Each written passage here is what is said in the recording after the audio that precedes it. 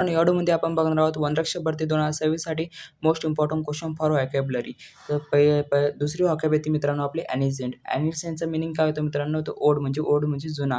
तर न्यू म्हणजे नवीन असतो मित्रांनो आणि मॉडर्न म्हणजे आधुनिक असतो आणि एक म्हणजे तरुण असतो.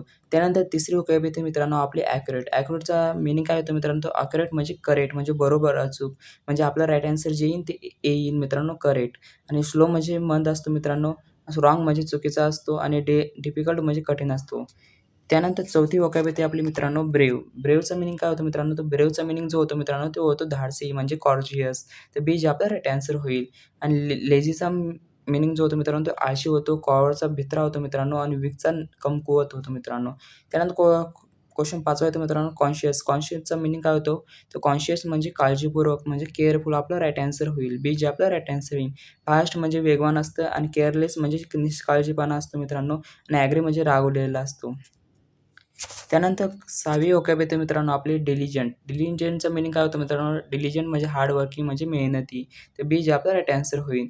रिचचा श्रीमंत होतो अर्थ आणि लेझीचा आळशी होतो मित्रांनो. वीक म्हणजे कमजोर कमकुवत असतं आणि त्यानंतर आपला 7वा क्वेश्चन होतो मित्रांनो इनॉर्मस. इनॉर्मसचा मीनिंग काय होतं मित्रांनो? तर इनॉर्मसचा मीनिंग जो होतो तो होतो प्रचंड मोठा. हा जे आपला राईट आन्सर होईल. थिन म्हणजे बारीक असतं मित्रांनो आणि स्किनी म्हणजे अतिशय लहान असतो आणि शॉर्ट म्हणजे ठेंगणा लहान असतो मित्रांनो. तर आपलं 7व्या क्वेश्चनचा आन्सर जे येईल ते हजीम मित्रांनो. बी जे आपला राईट आन्सर होईल.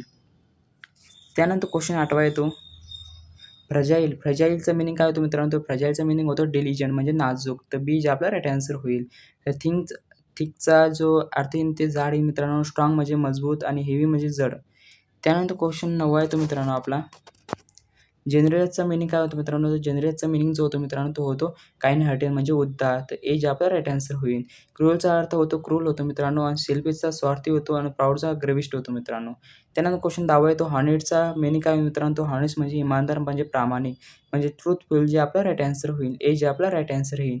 क्लेवर म्हणजे हुशार असते आणि फ्लेस म्हणजे खोटा असतो. फॉल्स म्हणजे खोटा असतो मित्रांनो. वीक म्हणजे कमजोर असतो, कमकुवत त्याला म्हणतात. त्यानंतर 21वा क्वेश्चन होतो आपला रॅपिड. रॅपिडचा अर्थ काय होतो मित्रांनो? तो रॅपिडचा अर्थ होतो वेगवान म्हणजे फास्ट. बी जे आपला राईट आन्सर होईल. क्वेट म्हणजे शांत असते मित्रांनो. स्लो म्हणजे मंद असतो आणि वीक म्हणजे कमजोर म्हणजे कमकुवत असते. त्यानंतर 22वा क्वेश्चन येतो स्कारचा अर्थ मीनिंग काय होतो मित्रांनो? तर स्कारचा मीनिंग जो होतो मित्रांनो तो दुर्मिळ म्हणजे रेअर असतो. तर बी जे आपला राईट आन्सर होईल. त्यानंतर प्लेंटीचं म्हणजे भरपूर असते मित्रांनो. कॉमन म्हणजे सामान्य असतं आणि लार्ज म्हणजे मोठा असतो. त्यानंतर 23वा क्वेश्चन येतो टेम्पररी. टेम्पररीचा अर्थ काय होतो मित्रांनो? टेम्पररी म्हणजे शॉर्ट लिव्हेड तात्पुरता असतो मित्रांनो. बी जे आपला राईट आन्सर होईल. त्यानंतर हेवीचा जो अर्थ येईल ते जड येईल मित्रांनो. परमनंट म्हणजे कायमचा असतो. परमनंट म्हणजे कायमचा असतो. स्ट्रॉंग म्हणजे मजबूत असतो मित्रांनो. त्यानंतर 24वा क्वेश्चन येतो युनिकचा. युनिकचा अर्थ काय होतो? तर युनिकचा अर्थ जो होतो मित्रांनो तो युनिक म्हणजे विशेष अद्वितीय असतो मित्रांनो म्हणजे स्पेशल होतो. बी जे आपला राईट आन्सर होईल. आणि ऑर्डिनरीचा अर्थ जो असतो तो साधा असतो मित्रांनो. कॉमन म्हणजे सामान्य असतं. नॉर्मल म्हणजे नेहमीचा असतो मित्रांनो. तर आपला 24वा नंबरचा ऑप्शन राईट आन्सर जे येईल ते बी येईल मित्रांनो.